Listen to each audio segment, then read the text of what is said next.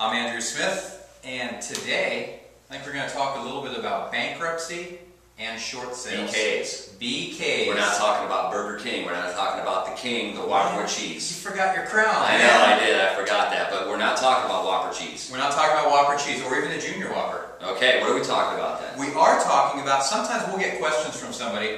They'll say, you know, we're dealing with a homeowner right now and they're considering filing for bankruptcy, but don't know if they should, or, you know, maybe they should just do a short sale. And it really starts getting into an area where we all have to, you know, especially as agents, we got to be really careful. Gray area. Very gray area. Yeah. You know, the last thing we want to do is be construed as giving legal advice. No, I don't want to be held liable for that. Not at all. But the question really becomes is when someone's really considering that, should they in fact file bankruptcy or do a short sale? And my answer is always back, I don't think we can answer that question based upon that information alone. Right. So the question really comes down to is what's the overall financial situation that seller is finding themselves in? If removing themselves of that housing obligation and getting out from under that debt will free up the funds and put them in a situation where they can manage the rest of their finances, then a short sale might be the answer for them that's in their best interest. You know, to borrow a line from Tony Martinez, you know, why nuke a cockroach when any old shoe will do? You know, I mean, I'm having flashbacks of being in Detroit with the big cockroaches. So. Well, you were in Florida. I thought those were dogs. They saddle them. They ride them. You know that? We were naming them for sure. Yeah. But you know, the point being on all of that is you got to be careful though, because if someone's got other judgments against them, they've got a pile of other credit card debt, there may be old medical bills, and you know the house is just a small element of it, then you know bankruptcy might be there in their best interest. But the important thing is to get a trusted bankruptcy attorney on your team of advisors that you can refer someone to that's not going to turn around and go, that's the answer, that's the answer, that's the answer, no matter what. They're actually going to study the situation and give them some impartial advice. Yeah, and do what's best for that particular individial. Absolutely. There are attorneys out there that are just churning and burning at $700 or $800 a piece. Exactly. They're all over the radio, they're all over the ads. Yeah, they're like cockroaches. I talked to one that said my hair would regrow, and look what happened. It didn't work, dude. I lost more. The point is this, is that the homeowner may also be in a situation that by filing bankruptcy and alleviating some other debt, they can now afford their property. Correct. So the home does not have to be involved into the BK. So again, we really get into a gray area because this should be on a homeowner by homeowner basis. Correct. Absolutely.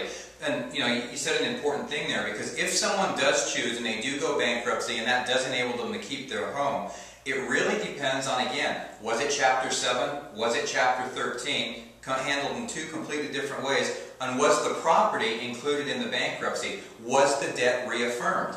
And, you know, we're not going to get into legal. My head's already spinning. Can you see me? I'm like, come on, blah, blah, blah. Exactly, but it's important to remember many times, especially even if you have an upside-down borrower, they include the property in a bankruptcy, a Chapter 7, but they continue to make payments on the property, at least on the first mortgage.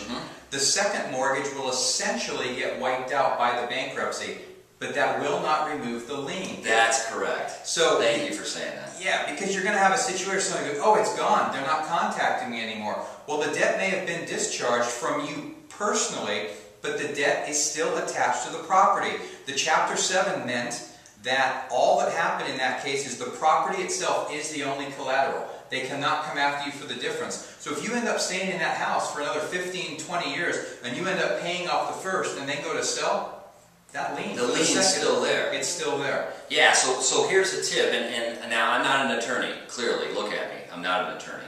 But you just play one on TV. I just play one on YouTube. But here's what I would suggest. If there's any attorneys out there watching this, or anyone watching this that knows an attorney that would like to be on our YouTube channel and discuss this, we invite you to come down here, or we'll meet you somewhere to put you on our YouTube channel. We really want to know the answer for our clients. Absolutely. Also, logic would tell you that if you go through a bankruptcy and say you have a first and a second and you get rid of the debt on the second, why wouldn't the attorney simply ask that second to release the lien?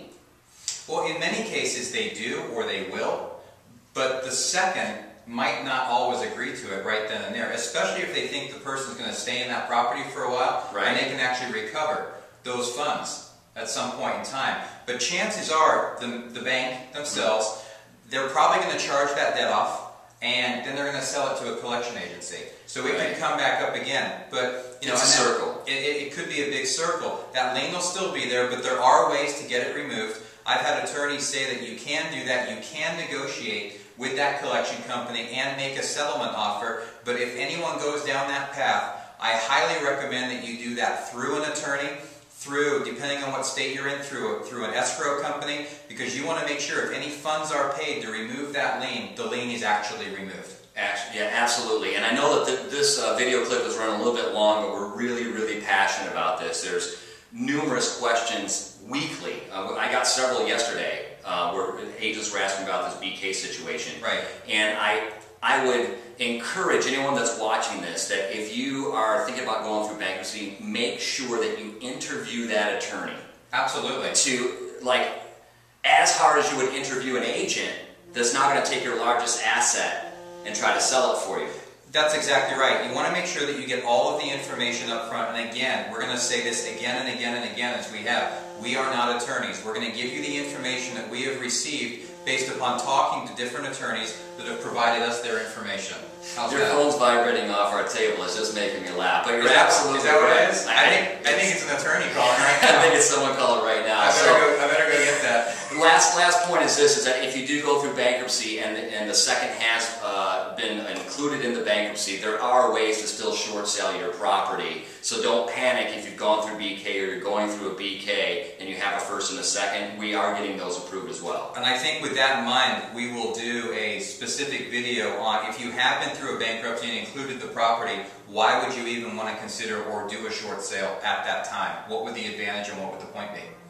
Yeah, I don't know the point right now, but my brain is fixated on the fact that I want an attorney to contact us. Absolutely. Matter of fact, I challenge an attorney to contact us. I'm not an advocate for attorneys whatsoever. I've only met 2 that were really good, so hopefully the other 50,000 will actually call me and tell me how full of crap I am. So give me a call or then they'll know what the rest of us already That's did. fine. I want the public to know what's going on with these BKs. Absolutely. So until next time, consult your attorney. Yeah, I'm going to take a Valium. I'm going to calm down because I'm getting pumped up. You are getting pretty pumped up. You're going red. I know. Is that just the Florida stuff? Attorneys tick me off. All All right. All right. We'll see you Thanks next for time. watching.